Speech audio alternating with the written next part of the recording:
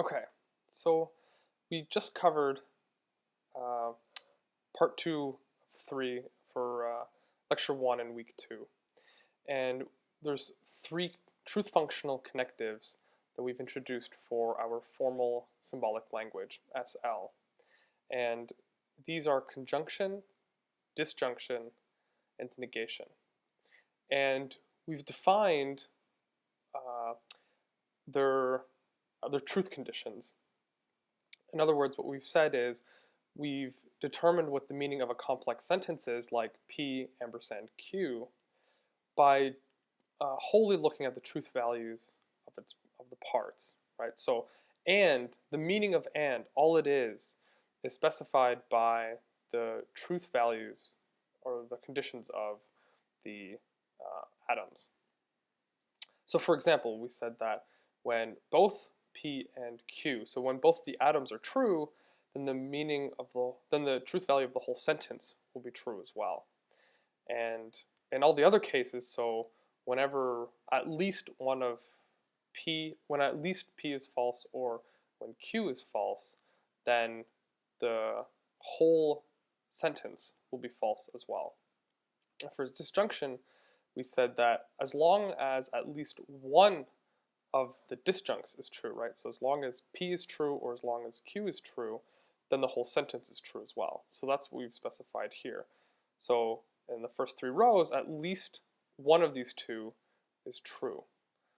But in the last case, when both P and Q are false, then we said that the complex sentence ends up being false as well. And for negation, we said that we flip the truth values. So not P is true when P is false, and not P is false when P is true. So it's just like adding it's not the case that in front.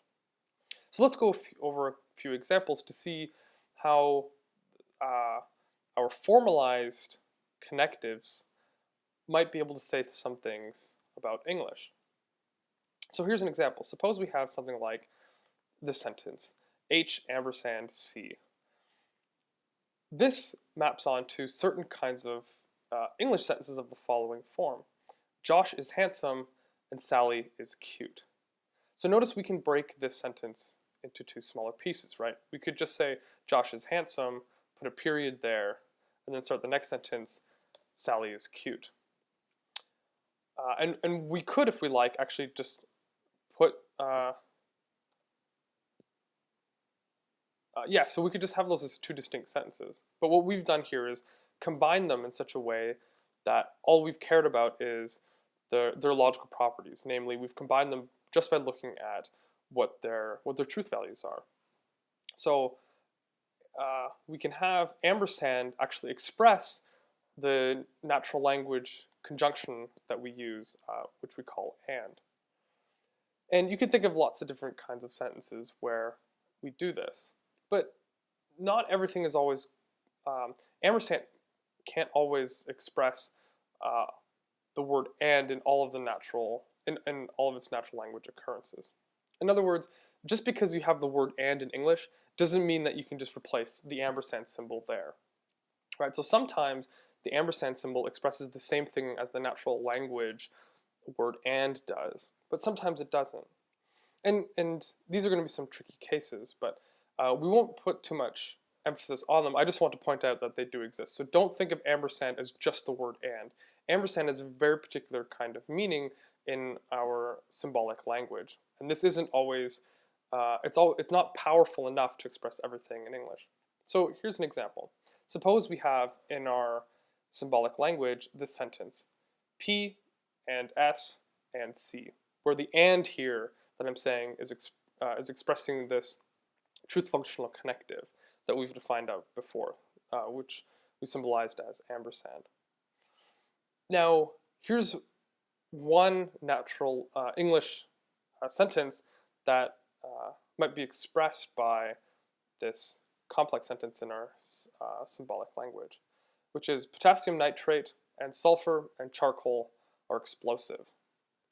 Now, notice the English language, the English language, there's an ambiguity here. This could say 2 one of two things. This might express that together, so when you combine them, potassium nitrate and sulfur and charcoal, when you combine them, their combination is explosive. So that's one thing that this sentence could be expressing. The other thing it could be expressing is potassium nitrate is explosive, sulfur is explosive, and charcoal is explosive. And if you're a Mythbusters fan, you will know that this is actually, the second sentence is false. So let's number these real quick. Sentence 2 here is actually false. By themselves, potassium nitrate is not explosive. Sulfur by itself is not explosive. And charcoal by itself is not explosive. So this sentence is actually, so notice that there's actually 3 sentences here, and each of these is false. But one is actually true, as long as you have the right combination. So potassium nitrate and sulfur and charcoal are explosive. But notice that this is actually just one sentence. This isn't actually expressed by our formal example P and S and C. So we have to be careful that just because you see an and here doesn't mean that you can just think that we could replace it with the ampersand symbol. So this is something to look out for. So the general rule should be something like this. Is there one declarative sentence that expresses an idea? And if there is, then the whole thing, so this natural language sentence, for example, then this whole thing should be thought to be expressed by a particular unit sentence in our symbolic language. So this might just be E, right? E means that potassium nitrate and sulfur and charcoal are explosive. Whereas sentence 2 is thought to be expressible by this sentence, P and S and C. Namely, potassium nitrate is explosive, sulfur is explosive, and charcoal is explosive. Okay, and I guess I should also say, so the meaning of this whole sentence, P and S and C, is determined wholly by the truth value of P, the truth value of S, and the truth value of C. So, as a test, if each of these turns out to be false, so if P is false, and S is false, and C is false, what is the truth value of this whole sentence? And I'll let you think about that. So you should be able to determine that by looking at the rule of conjunction here, because this is the symbol that we're using. Okay, and let's give an example of disjunction. So let's say that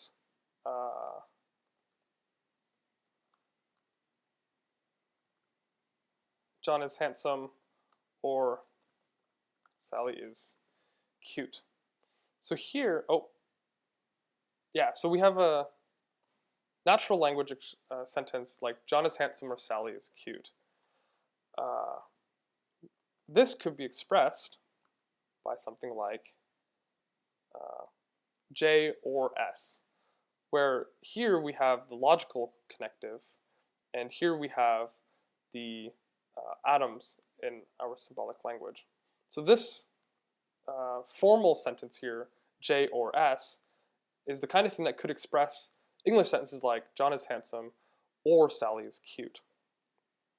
And again, this disjunction will be true as long as at least one of the disjuncts is true.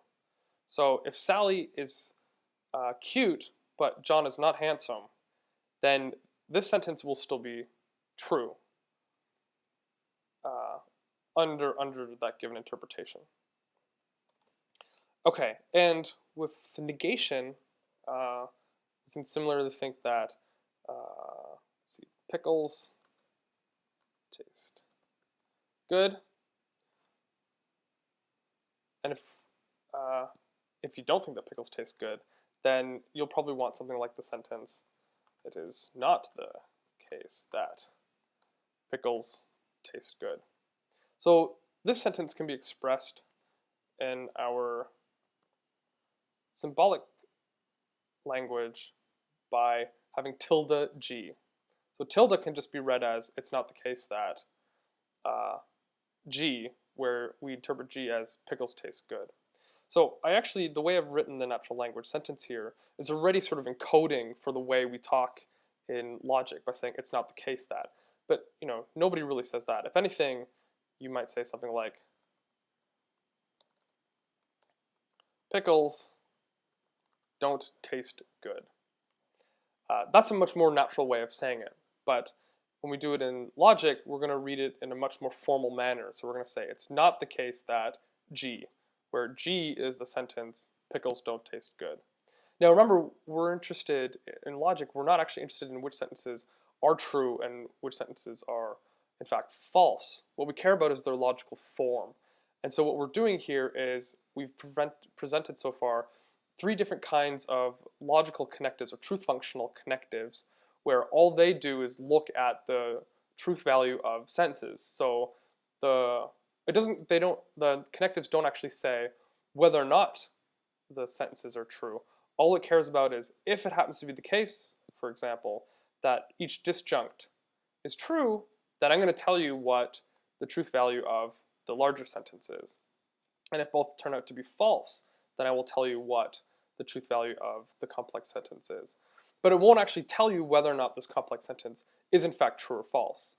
So all disjunction does, all this truth functional operation does, is just tells you what the whole will be, what this complex sentence, what its truth value will be under certain assumptions of what the truth values of the components are, or the disjuncts are. Okay, so before we end this, let me give you one more example for negation that needs to be a little bit tricky. So when you think of something like, let's say not T. So we might interpret trees as T might be some trees have, well, let's say some trees are big. Now, if you negate this, so you want to say some trees are big, and you want to say the opposite, you have to be careful here, because you can't say it's not the case that some trees are big, because that's compatible, right? So it's not the case that some trees are big. That is not this sentence 2 here is not the opposite, or not the negation of some trees are big, because it could both be true that some trees are big, and at the same time you can say it's not the case that some trees are big. So this sentence 2 is actually not expressing the negation or the opposite of some trees are big. If you want to say the negation of T, what you should say is it's not the case that all trees are big. So the negation of T is it's not the case that all trees are big. And that you can think of as what not T is expressing, right?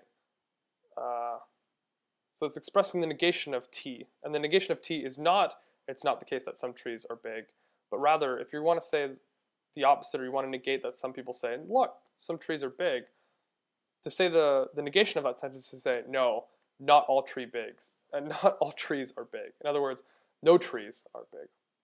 Okay, so that's some examples for conjunction, disjunction, and negation, and we've covered some of the natural language expressions or natural language sentences that we can express with these logical operators.